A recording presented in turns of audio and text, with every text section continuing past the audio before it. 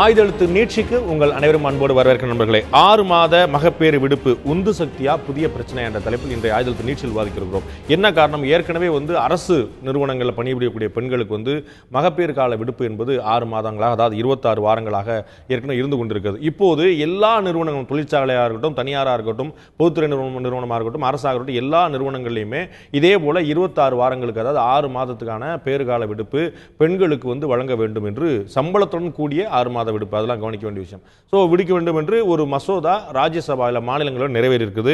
10 பேருக்கு மேலே பணிபுரியக்கூடிய இடங்களில் நிறுவனங்களுக்கு எல்லாமே இது பொருந்தும் அப்படின்னு சொல்றாங்க. 50 பேருக்கு மேலே பணிபுரியதாகவோ அல்லது 30 பேருக்கு மேலே பெண்கள் இருந்தாலோ அந்த இடத்துல கிரஷும், அந்த குழந்தைகளை பாதுகாக்கக்கூடிய கிரஷும் சேர்ந்து வைக்கணும்னு சொல்லியிருக்காங்க. இது போன்ற விஷயங்கள் விதிமுறையோடு கூடி இந்த மசோதா மாநிலங்களில் நிறைவேற்றப்பட்டிருக்கு. தத்தெடுக்கும் தாய்மாருக்கு கூட 12 வாரம் விடுமுறை கொடுக்கணும்னு சொல்லியிருக்காங்க. அதே போல 2 குழந்தைகளுக்கு மேலே பெற்று 3ஆவது குழந்தை 4ஆவது குழந்தைகளா இருந்தா கூட அவங்களுக்கு ஒரு 12 வாரம், 26 வாரம் கிடையாது. அவங்களுக்கு 2 குழந்தைகள் மேலே பெற்றா 12 வாரம் இந்த மாதிரி சம்பளத்துடன் கூடிய விடுப்பு அளிக்கணும்னு சொல்லியிருக்காங்க. இது மாதிரி பல நிபந்தனைகளுடன் கூடிய ஒரு மிகப்பெரிய ஒரு புரட்சியாக மத்திய அரசு கருதக்கூடிய, முன்னெடுத்து செல்லக்கூடிய ஒரு விஷயம் பார்க்கப்படுகிறது. எல்லா நிறுவனம், தனியார் நிறுவனம் உட்பட எல்லா நிறுவனங்களையும் 6 மாத காலத்துக்கு மகப்பேறு விடுப்பு அளிக்க வேண்டும் என்று, இது பெண்கள் அதிகமாக பணிக்கு வருவதை ஊக்குவிக்கும் என்று மத்திய அமைச்சர் பண்டாரு தத்தாத்திரேயா அவர்கள் சொல்றார். ஆனால் இது தொழில்துறையை ஒட்டுமொத்தமாக பாதிக்கக்கூடிய ஒரு விஷயம். ஒரு வரக்கூடிய பெண் 6 மாதத்துக்கு லீவ் போட்டு போயிட்டே இருப்பாங்க அப்படின்னா இது இந்த தொழிலை நடத்தி செல்வதே ஒரு சிரமமான விஷயமா இருக்கும். அவர்கள் மீதான இவருடைய முதலீடு, நிறுவனத்துடைய முதலீடை ஒரு கேள்விக்குள்ளாகின்ற மறுபார்வை கூட இருக்கிறது. இதில் எது உண்மை என்று தான் இன்றைய ஆயுதெழுத்து நீட்சியில் நாம் பாதிக்கிறோம். நிகழ்ச்சி இந்த நம்முடைய பெண்ணிய போராளி, மூத்த வழக்கறிஞர் கூடிய சாந்தகுமாரி அவர்கள் நம்முடைய இணைகிறார். உங்களை நிகழ்ச்சிக்கு வரவேற்கிறேன். அதே போல ஆனந்த் ஸ்ரீனிவாசன் அவர்கள், தொழில் ஆலோசகர் ஆனந்த் ஸ்ரீனிவாசன் நம்முடைய இணைகிறார். உங்களை நிகழ்ச்சிக்கு வரவேற்கிறேன். நான் முதல்ல ஒரு ஆனந்த் ஸ்ரீனிவாசனுடைய பார்வை நான் பார்க்குறேன். இதுல ஏற்கனவே அரசு ஊழியர்களாக இருக்கக்கூடிய பெண்களுக்கு இந்த சலுகை இருக்கிறது. சலுகையோடு சொல்லாமல் அவரோட உரிமை என்று அவர்கள் சொல்வார்கள், if I am right. So அந்த வாய்ப்பை தனியார் நிறுவனங்களுக்கும் பொதுத்துறை நிறுவனங்களுக்கும் எல்லா நிறுவனங்களும் விரிவுபடுத்துறதுல என்ன சிக்கல் நினைக்கிறேன்? இது சிக்கல்லாம் ஒன்றும் கிடையாது. இது it is a practically impractical unimplementable law. நடைமுறைப்படுத்த முடியாத ரெண்டாவது விஷயம். எதனால இல்லைங்க சார், நான் 2வது நிமிஷம். இது பணக்கார வர்க்கத்துக்காக பண்ணப்பட்ட ஒரு கார்மெண்ட்டு, பணக்கார வர்க்கங்களுக்காக கொடுக்கும் லா. இந்த லாவில் வீட்டில் வேலை செய்கிற பொண்ணு, கட்டட வேலை செய்கிறவங்க, டெய்லி லேபரு, அவங்களுக்குலாம் இதில் ஒன்றுமே ப்ரொடெக்ஷனே கிடையாது. இப்போ பெரிய பெரிய பில்டிங் கட்டுறாங்களே, கான்ட்ராக்ட் லேபரு. நீங்கள் சொன்னதில் ஒரு சின்ன முரண் இருக்குதா, நீங்களே கொஞ்சம் உணருங்க. நான் சொல்கிறேன். நான் உங்கள்ட்ட தான் கேட்குறேன். போல என்ன கேள்வின்னு, அரசாங்க உத்தியோகமோ, தனியார் உத்தியோகமோ, பொதுத்துறை நிறுவனமோ, இந்த மாதிரி ஆர்கனைஸ்ட் செக்டார்ல இருக்கிறவங்களுக்கு தான் நிரந்தர வேலைங்கிறது. நீங்க சொல்லக்கூடிய வேலை கட்டட வேலை. அரசாங்கம் பத்தி பேசவே இல்லை. அரசாங்கத்துக்கு ஆல்ரெடி இருக்கு. அரசாங்கத்தில் வேலையை செய்யறது இல்லை யாருமே. அரசாங்கம் வேலை செஞ்சா நம்ம நல்லா தான் இருக்க போறோம் நாடு. அரசாங்கத்தில் யாருமே வேலை செய்யறது கிடையாது. இதெல்லாம் ரொம்ப ஸ்வீப்பிங் ஸ்டேட்மெண்ட் இல்லை. நீங்க பார்த்தீங்கன்னா 365 நாள்ல அரசாங்கத்தில் வேலை ஸ்டேட், தமிழ்நாடு ஸ்டேட் இந்த பக்கம் வந்துடும். ஸ்வீப்பிங் தான் நான் சொல்றேன். 200 நாள் அஃபிஷியலாக லீவ் எடுக்கலாம் வித் பே. 365 நாளில் 200 நாள் வித் பே லீவ் எடுக்க முடியும். அதனால ஸ்வீப்பிங்கால நான் கரெக்டாக ஃபேக்ட்ஸோட தான் பேசுகிறேன். இதில் நீங்கள் ஆர்கனைஸ் செக்டருங்கிறது ப்ரைவேட் செக்டரில் எம்ப்ளாய் பண்ணுறது only 3% of India's population. Private செக்டரில், பப்ளிக் செக்டர், ஃபர்கெட் கவர்மெண்ட், இந்த 3%ல் ஒரு 20% தான் உமன். ஸோ இது 100ல் 2 பெண்மணிக்குள்ள இது அஃபெக்ட் ஆகுது இந்த லா. அதுதான் சார் அமைச்சர் சொல்றாரு, பெண்களுடைய பங்களிப்பு பணியில ரொம்ப குறைவா இருக்கு, அது அதிகரிக்கிறதுக்கு இது உதவும். ஏன் எல்லாருக்கும் என்ன குழப்பம் வருது? கல்யாணம் முடிஞ்சா என்ன செய்யறது, வேலை பார்க்க முடியாது. பிரசவம் வந்துட்டா என்ன செய்யறது, வேலை பார்க்க முடியாங்கிற தயக்கத்தை போக்குறதுக்காக இந்த முயற்சி. இல்லையே, மந்திரி அதை இதை சரியா கவனிக்காம சொல்றாரு. ஆல்ரெடி பெரிய பெரிய ஐடி கம்பெனி எல்லாம் இன்னைக்கே அது 26 வாரம் தான். இன்னைக்கு நீங்க பெரிய ஐடி கம்பெனி நீங்க நடைமுறையில இதோட கூட கொடுக்கலாம். ஒரு சட்ட பாதுகாப்பு இருக்கிற பெரிய இவர் எங்க வேலை செய்யணும்னு எதிர்பார்க்கிறாரோ அந்த கம்பெனில ஆல்ரெடி 26 வாரம் கொடுக்குறாங்க. சட்டத்துக்கு முன்னாடியே அது 26 வாரம். இல்ல ஐடி கம்பெனியை பத்தி மட்டும் இல்ல, சொல்லுங்க இருங்க. ஐடி உமன் எங்க மேக்ஸிமம் ஒர்க் பண்றாங்க எல்லா இடத்துலயுமே. நாளைக்கு 24/7 எல்லா மாலும் திறந்திருக்கலாம், கடைகள் திறந்திருக்கலாம் சட்டம் வருது. இவங்களுக்கு இது அப்ளிகபிளே ஆகாது. ஏன்னா இது கான்ட்ராக்ட் லேபருக்கு மேடம் இருக்காங்க சொல்லுவாங்க, இது கான்ட்ராக்ட் லேபருக்கு அப்ளை ஆகாது. ஆமா. அப்ப மால்ல வேலை செய்யற நீங்க சொல்ற 24/7 வேலை செய்யறவங்க எல்லாருமே ஆஃப் பேரோல் கான்ட்ராக்ட் லேபர். அவங்களுக்கும் இந்த சட்டத்துக்கும் சம்பந்தமே கிடையாது. இந்த சட்டம் ஐடி இது வந்து ஒரு இனிஷியேட்டிவ் சார், இனிஷியேட்டிவ் முதல் புள்ளி சார். அப்போ ஒரு நல்ல கவர்மெண்ட் என்ன பண்ணணும், யாருக்கு இல்லையோ அவங்களுக்கு தான் முதல்ல இனிஷியேட்டிவ் இருக்கணும். எந்த ஒரு நியாயம் பணக்காரனுக்கு முதல்ல இனிஷியேட்டிவ் எடுப்பேன், படித்தவங்க நல்ல 50,000 60,000 வாங்க சம்பளம் வாங்குறதுக்கு மட்டும் இனிஷியேட்டிவ் எடுத்துட்டு ஒரு நாளைக்கு 150 ரூபா கூலி வாங்குறதுக்கு அப்புறமா இனிஷியேட்டிவ் எடுப்பேன் தான் இந்த லேபர் மினிஸ்டர் சொல்றாரு. இல்ல நீங்க சொல்றது வந்து வேற ஒரு விவாதம். அதாவது நீங்க சொல்றது முதல்ல நீங்க சொல்லபடி பார்த்தா முதல்ல வேலையை உத்தரவாதப்படுத்தணும், அப்புறம் லீவை உத்தரவாதப்படுத்தணும். நீங்க சொல்லக்கூடிய கேஷுவல் லேபர் இருக்காங்க, கொத்தனார் வேலை பார்க்கறாங்க, சித்தாள் வேலை பார்க்கறாங்க. நீங்க மால்ல வர்க் பண்றவங்களையும் சேர்த்து நான் சொல்றேன். நான் வெறும் கொத்தனார் வேலை எல்லாம் சொல்ல, உங்க தியேட்டர்ல உங்க கடையில ஒர்க் பண்றவங்க எல்லாருமே வந்து இதுதான் கான்ட்ராக்ட் லேபர் தான். எல்லாருமே கான்ட்ராக்ட் லேபர் கிடையாது. ஆமா, most of them contract labour தான். மேடம் இங்க இருக்கிறாங்க, நாம போவோம் 10ல 9 பேர் கான்ட்ராக்ட் லேபர் தான். இதுல மால்லயோ இல்ல நீங்க போற சினிமா தியேட்டர்லயோ 10 எம்ப்ளாயில 9 எம்ப்ளாயி கான்ட்ராக்ட் லேபர் தான். உங்க ஒர்க் பண்ற பிரைவேட் செக்டர் பேங்க்ல உங்களுக்கு ஃபோன் பண்ணி உங்களுக்கு அப்ப உங்களுடைய அக்கறை இந்த சட்டத்தை விரிவாக்கணும்னு இருக்குன்னு புரிஞ்சுக்கவா? So you welcome the law. No. I am saying it is not implementable because இதுல என்ன ஆகும்னா, நான் சின்ன ஒரு எக்ஸாம்பிள் சொல்றேன். நான் 10 பேரை வச்சு ஒரு கம்பெனி நான் நடத்தல, 10 பேரை வச்சு ஒரு கம்பெனி நடத்தலன்னு எடுத்துப்போம். அதுல 3 பேர் ஒரே டைம்ல லீவுக்கு போறாங்கன்னு வச்சுக்கோங்க. இந்த அவர் ஏற்கனவே 10 பேர்னா லாபம் ரொம்ப இருக்காது. 3 பேரையும் அவர் விட்டுட்டு அவங்களுக்கும் 3 பேருக்கும் 6 மாதம் சம்பளம் தரணுங்கிறீங்க. 3 பேரையும் அவங்கள ப்ரொடக்டிவிட்டி போகாமல் இருக்கிறதுக்கு 3 பேரை அவர் வேலைக்கு சேர்க்கணும். அப்போ 6 பேருக்கு 3 பேருக்கு சம்பளம் கொடுக்குற இடத்துல அவர் 6 பேருக்கு சம்பளம் கொடுக்கணும். இது எங்கே அஃபெக்ட் ஆகும்? இப்போ ஸ்கூல்லலாம் இது அஃபெக்ட் ஆகும். இங்கிலீஷ் மீடியம் ஸ்கூல்ல அங்கெல்லாம் இருக்காங்க, அங்கே தான் டீச்சர்ஸ் நிறைய லேடிஸ் அஃபெக்ட் ஆகும். நான் உங்கள்ட்ட வந்துடுறேன். நம்ம வந்து ஏற்கனவே பிஎஃப் கிராஜுவேட்டிலாம் வச்சு அதெல்லாம் பிஎஃப் கிராஜுவேட் அப்ப அவங்க வேலை பார்க்குறவங்க வேலையை விட்டு போகும்போது அவங்களுக்கான அந்த சம்பளத்தையும் சேர்த்து கொடுக்க வேண்டியிருக்கு, கிராஜுவேட் சேர்த்து கொடுக்க வேண்டியிருக்கு. அதெல்லாம் கொடுக்குறோம்ல. அப்ப வந்து நான் 10 பேருக்கு வேலை பார்க்குறேன் நடக்காது. இப்போ நீங்க வந்து சில்லற கம்பெனில எங்க பிஎஃப் ஒழுங்கா, பெரிய கம்பெனியை விட்டுருங்க. 50 பேருக்கு மேல செய்யற பெரிய கம்பெனியே பேசல. நம்ம இவங்க சொல்லிருக்கிறது நான் 10ல இருந்து 50 தான் நான் பேசுறேன். இவங்க சொல்றது பெரிய கம்பெனி ஆல்ரெடி நடந்துட்டு இருக்கு. நான் சொல்றது 10லேருந்து 50 10 பேர் வேலை செய்கிற இடத்துலேருந்து 50 பேர் வேலை செய்கிற இடத்துல பிஎஃப் லேபர் இன்ஸ்பெக்டர்லாம் என்ன பண்ணிட்டு இருக்காருன்னு ஓப்பனாக நம்ம 2 பேருக்கும் தெரியும். நான் இப்போ அடுத்து நான் புரிஞ்சுக்க முயற்சி பண்ணுறேன். நீங்கள் இந்த சட்டத்தை எதிர்க்கல, இது நடைமுறைப்படுத்துறது சிக்கல் இருக்குன்னு சொல்லுங்க. 50 பேருக்கு மேலே இருக்கிற கம்பெனியில் இது நடத்தப்பட முடியும். 50 பேருக்கு கீழே இருக்கிற கம்பெனிலலாம் இது நடைமுறையே வராது. இந்த லேபர் இன்ஸ்பெக்டருக்கும் பிஎஃப் இன்ஸ்பெக்டருக்கும் பகிரங்கமாக சொல்கிறேன், சம்பாதிக்கிறதுக்கு ஒரு வழி இது. ஸோ 50 பேருக்கு மேலே பணியாளர் இருக்கக்கூடிய ஒரு நிறுவனங்களுக்கு வந்து இது ஒரு நல்ல விஷயம் தானே? நல்ல விஷயம், அது நடந்துட்டு தான் இருக்குதுங்கிறேன். இப்போவே நடக்குது. பெரிய பெரிய கம்பெனியில் 26 வாரம் லீவ் உண்டு. நான் எல்லாம் விசாரிச்சு தான் வந்திருக்கிறேன். பெரிய பெரிய கம்பெனியில் ஆல்ரெடி இது இருக்கு. இது ஒன்றும் புதுசாக கொண்டு வரல. இல்லை, பிரசவத்துக்காக லீவ் 26 வாரம் லீவ் இருக்கு. பிரசவத்துக்காக லீவ் போட்டு திரும்ப வேலைக்கு சேர்க்கப்படாத நிறுவனங்கள்லாம் 100 இருக்கு. நீங்கள் மறந்துட முடியாது. நான் திரும்ப சாந்தகுமார் அவர்கிட்ட கேட்க ஒரு விஷயம். இந்த பிரச்சனையில் ஒரு நண்பர் வந்து ஃபேஸ்புக்கில் ஸ்டேட்டஸ் போட்டிருக்காரு, இதெல்லாம் போச்சு அப்படின்னா நாளைக்கு வந்து திருமணத்தை விரும்பாத பெண்கள் அல்லது விவாகரத்தானவர்கள் அல்லது வந்து கணவனால் கைவிடப்படுவார்கள், இந்த மாதிரி ஆட்கள் தான் நாங்கள் வேலைக்கு எடுப்போம், மற்ற எல்லா பெண்களும் வேலைக்கு எடுக்க மாட்டோம்னு இவர்கள் அறிவிக்கப்படாத போர்டு போட்டு செயல்பட வேண்டியதுன்னு சொல்லிட்டு ஒரு ஃபேஸ்புக்கில் ஒரு ஸ்டேட்டஸ் நண்பர் போட்டிருக்காரு. அந்த மாதிரி வந்து வேலைக்கு சேர்த்தாலே பிரச்சனை. அவர் சொன்னது போல வர்றதே 3 பேர், அதில் 3 பேர் லீவ் போட்டு போயிட்டாங்க, நான் இருக்கிற எங்கே போகிறேன்னு ஒரு தொழில் நிறுவனங்களுக்கு ஒரு நெருக்கடி ஏற்படுத்தாதா அந்த சட்டம்? இது வந்து ஒரு குறுகிய கண்ணோட்டத்தோடு பார்க்கப்பட வேண்டிய ஒரு விஷயமே கிடையாது. நீங்களும் நானும் நண்பரும் எல்லாருமே அக்செப்ட் பண்ணக்கூடிய ஒரு விஷயம்.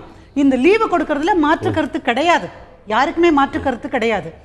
சில பேர் என்ன நினைக்கிறாங்க, இல்ல நான் நினைக்கிறேன் நீங்க வேற மாதிரி இருக்க முடியாதுங்கிறது. இல்ல என்னன்னா, இதுல வந்து ரொம்ப குறுகிய கண்ணோட்டத்தோட வெறும் லாப நோக்கம் அல்லது முதலாளி அல்லது பணிக்கு நியமிப்பவர் அவருடைய நலன் கருதிய விஷயமாக மட்டுமே இதை பார்த்து விடக்கூடாது. இது ஒரு சோஷியல் லெஜிஸ்லேஷன். இதுல பெண்களுக்கு இது தேவையா அப்படின்னு கேட்டீங்கன்னா உங்களுக்கு தெரியாத விஷயம். பெண்களுக்கு தேவைன்னு சொல்லுவாங்க, நிறுவனங்கள் சமாளிக்க முடியுமா? நான் ஒரு பெண்ணுடைய பார்வையிலிருந்து இந்த விஷயம் சமாளிக்க முடியுங்கிறதுக்கு காரணங்களை சொல்றேன். இவ்வளவு நாளைக்கு முன்ன மெட்டர்னிட்டி பெனிஃபிட் ஆக்ட் வர்றதுக்கு முன்னாடி வரைக்கும் அதை பற்றி பேசுவதே கிடையாது. அப்ப பேசப்பட்ட போது என்ன சொன்னாங்க, ஐயோ இப்படியெல்லாம் பிள்ளை பெற்றுக்கிறவங்களுக்கெல்லாம் நம்ம கொடுத்துக்கிட்டு இருந்தா நம்ம தொழில் என்ன ஆகும்னாங்க. ஆனா அத்தனை மில்லையும் அத்தனை கம்பெனிகள்லையும் இது நடைமுறைப்படுத்தப்பட்டது. எது முடியாது என்று சொல்லப்பட்டதோ அது காலப்போக்கிலே முடிகிற ஒரு விஷயமாக வந்திருக்கிறது. நான் வந்து எப்பவுமே பெசிமிஸ்டிக்கா பார்க்க விரும்பல, ஆப்டிமிஸ்டிக்கா நான் நினைக்கிறேன். இன்றைக்கு எடுத்திருக்கிற இந்த முடிவு என்பது செயல்படுத்துவதற்கு இதுதான் சரியான தருணம். ஏன்னா நீங்க சொல்ற புள்ளி விவரங்கள் இந்த 3%, 2%, 25 பேர் 40 பேருங்கிறதை எல்லாம் தாண்டி வருங்காலம் என்பது பெண்கள் அதிகபட்சமாக பணிக்கு செல்லுகிற ஒரு காலம். இந்த நேரத்துல கல்யாணம் பண்ணிட்டா உடனே முடியாது, இல்ல வேலைக்கு போக முடியாது, குழந்தைங்க கவனிக்கிறதுக்கு முடியாது அப்படின்னு ரெண்டுக்கு நடுவுல how to balance work and home அப்படின்னு திணறிட்டு இருக்கிற பெண்களுக்கு இது ஒரு வரப்பிரசாதம். பெண்கள் வந்து அதிகமா பணிபுரியக்கூடிய ஒரு மிகப்பெரிய வாய்ப்பை இந்த தகவல் தொழில்நுட்ப நிறுவனங்கள் திறந்து கொண்டிருக்குது.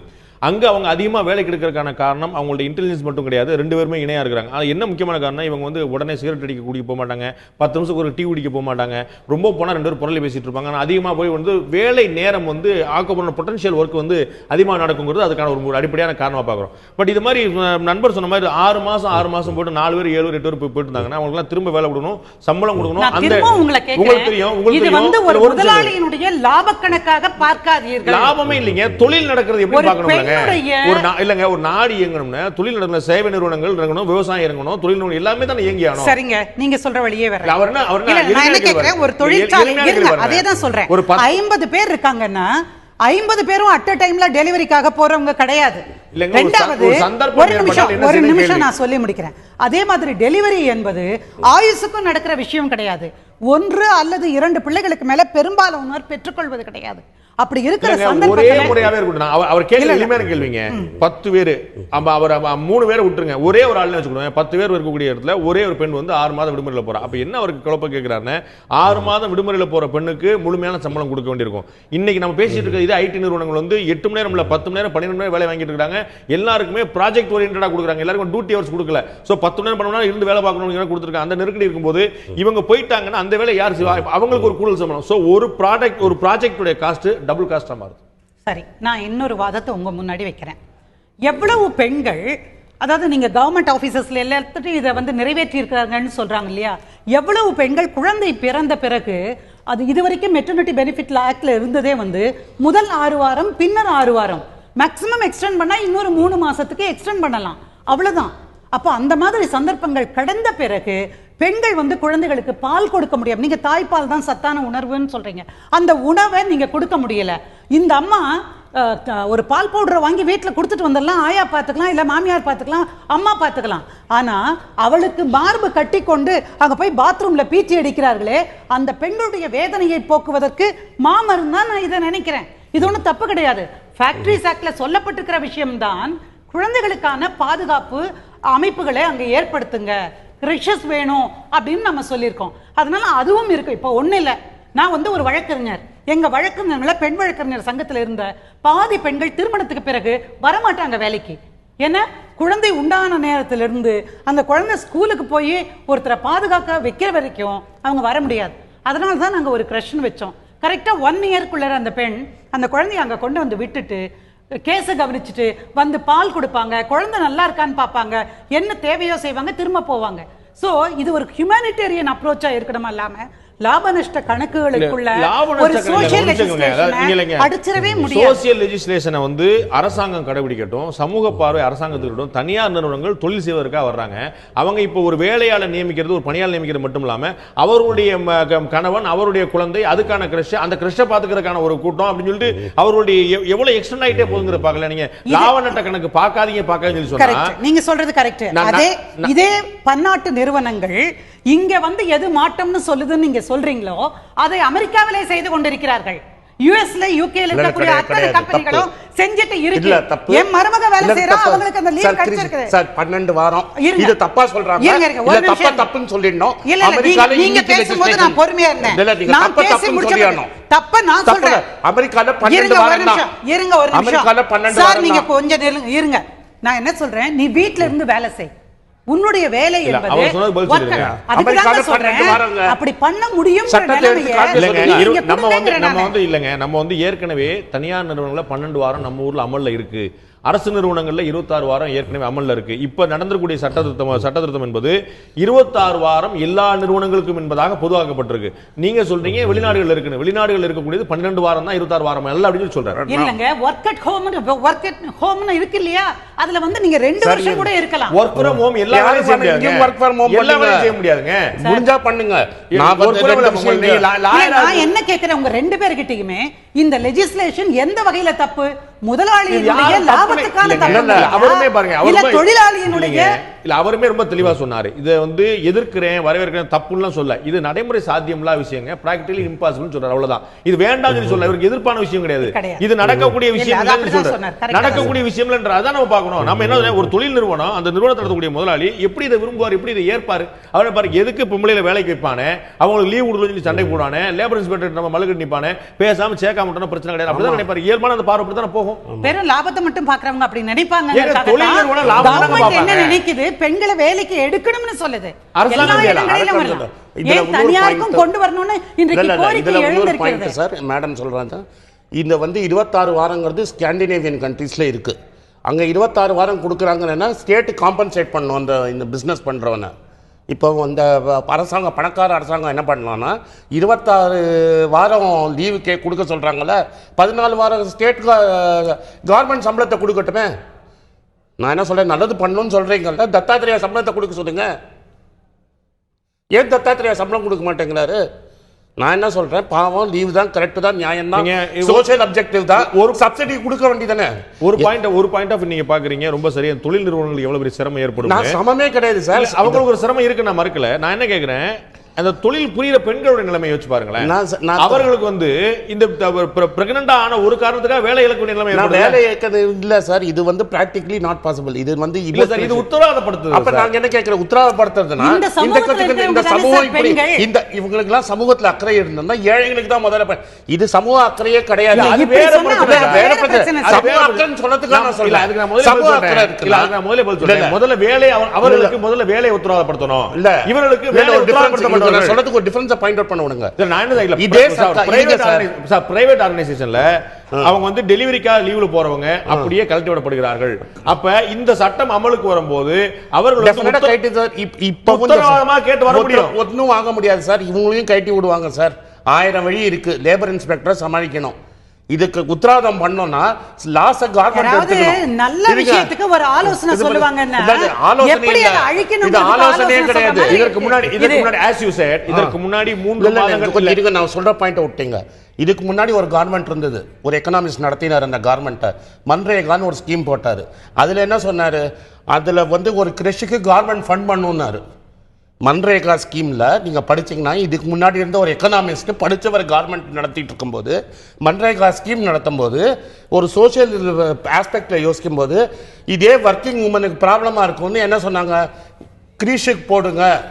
இந்த 100 நாள் மேடமுக்கு தெரிஞ்சிருக்கும், 100 ரூபா வேலை திட்டம் போற இடத்துல கிரீஷ் போடணும், ஸ்டேட் கவர்மெண்ட் இருக்கும், அந்த கிரீஷுக்கும் மன்ரேகாலேயும் சம்பளத்தை கொடுங்கன்னு சொன்னாங்க.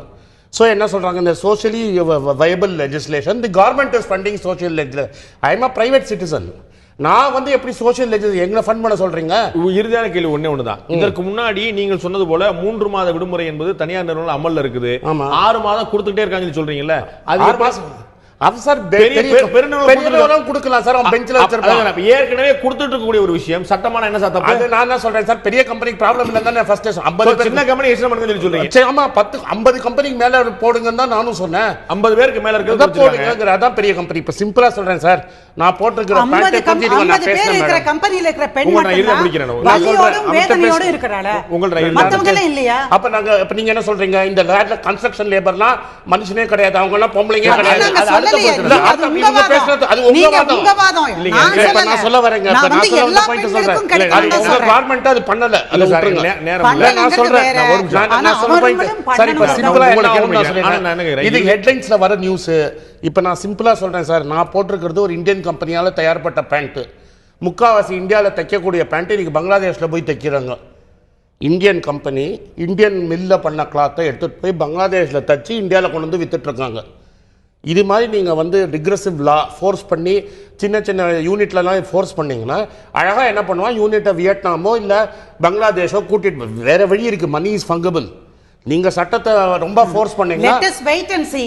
இப்போ ஆல்ரெடி இருக்கு சார். நான் உங்கள்ட்ட நேரம்ல உங்கள்ட்ட இறுதியாக நான் கேள்வி வைக்கிறேன். இதற்கு முன்னாடி வந்து இப்போ சொல்லியிருக்காங்க, நீங்க சொல்றீங்க அந்த மாதிரி பெண்களுக்கு வந்து ஒரு மிகப்பெரிய சமுதாய அடிப்படையில் பரஞ்சு சொல்லியிருக்கீங்களே.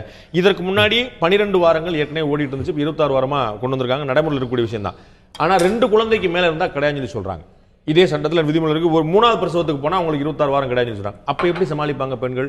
அப்ப 3வது குழந்தைக்கு சமாளிக்கக்கூடிய தாய்மார்கள் 2வது குழந்தைக்கு சமாளிக்க வேண்டியதானே? இந்த சட்டம் அப்படி தானே சொல்லுது. இல்ல, அதுக்கு ஒரு காரணம் என்னன்னா, நம்ம பாப்புலேஷன் கண்ட்ரோல் ஸ்கீமை இதுல கொண்டு வந்து இணைப்பதற்கான முயற்சி. ஏற்கனவே கூட ஒரு பர்டிகுலர் மாநிலத்துல 3 குழந்தைகள் 2 குழந்தைகளுக்கு மேல பார்த்தா பெற்றார்கள் என்றால் வந்து பஞ்சாயத்து எலெக்ஷன்ல நிக்க முடியாதுன்னு கூட ஒரு சட்டம் கொண்டு வரப்பட்டு அது சேலஞ்ச் செய்யப்பட்டு கோர்ட் வரைக்கும் போய் வந்தது உங்களுக்கு தெரியும். இது அதுக்கு அடுத்த விஷயமா நான் பார்க்கிறது, சரகேட் மதர்ஸை பத்தி இதுல சொல்லப்படவில்லை. அந்த வாடகை தாய்க்கும் இந்த மாதிரியான 26 வாரத்தை எக்ஸ்டென்ஷன் கொடுத்தாகணும்னு நான் நினைக்கிறேன். எப்படி வந்து தத்தெடுக்கிற பெண்களுக்கு சொன்னீர்களோ அது போல வாடகை தாய்களுக்கும் கட்டாயமாக இந்த 26 வாரம் அப்படிங்கிற மெட்டர்னிட்டி லீவை நீங்க அலோ பண்ணணும். அதை ஒரு திருத்தமா இந்த சட்டத்துல கொண்டு வரணும். நிச்சயமாக 2 பார்வைகள் இருக்கத்தான் செய்யணும். மாற்று கருத்துல தொழில் நிறுவனங்கள் எவ்வளவு பாதிப்பு ஏற்படும், அவர்கள் இந்த பாதிப்பை தவிர்ப்பதற்காக சுலபமாக மாற்று வழிகளை தேடி சென்று விடுவார்கள். அது வந்து எந்த வகையில் பெண்களுக்கு பலன் தராமல் போயிடக்கூடிய ஆபத்து இருக்கு அப்படிங்கிற ஒரு பார்வை. இது வந்து சமூக நோக்கோடு பார்க்க வேண்டும். இது தொழிலதிபராக பார்க்காமல் ஒரு கணவனாக, ஒரு தமையனாக, ஒரு தந்தையாக பார்க்க வேண்டிய விஷயம். இது வந்து ஒரு சமூக பார்வை பார்க்க வேண்டிய தவிர ஒரு தொழிலதிபராக பார்க்க வேண்டிய பார்வை இல்லைங்கிறது மாற்று பார்வை இருக்கிறது. இது இப்போது ராஜ்யசபாவில் நிறைவேறுகிறது. ஒட்டுமொத்தமாக நடைமுறைக்கு வரும்போது கால வழியில் இது எந்த மாதிரியான நடைமுறைப்படுத்தப்படுகிறது, எந்த அளவுக்கு வெற்றி இருக்கிறது, பெண்களை அதிக அளவு வேலைக்கு செல்வதற்கு வருவதற்கு இது ஒரு காரணமாக அமைகிறதா பொறுத்து வந்து பார்ப்போம். நிகழ்ச்சி கலந்து கருத்து 2 பேருக்கும் நன்றி. பார்த்த உங்களுக்கும் நன்றி. மீண்டும் இன்னொரு நிகழ்ச்சியில் சந்திப்போம். அதில் நன்றி, வணக்கம்.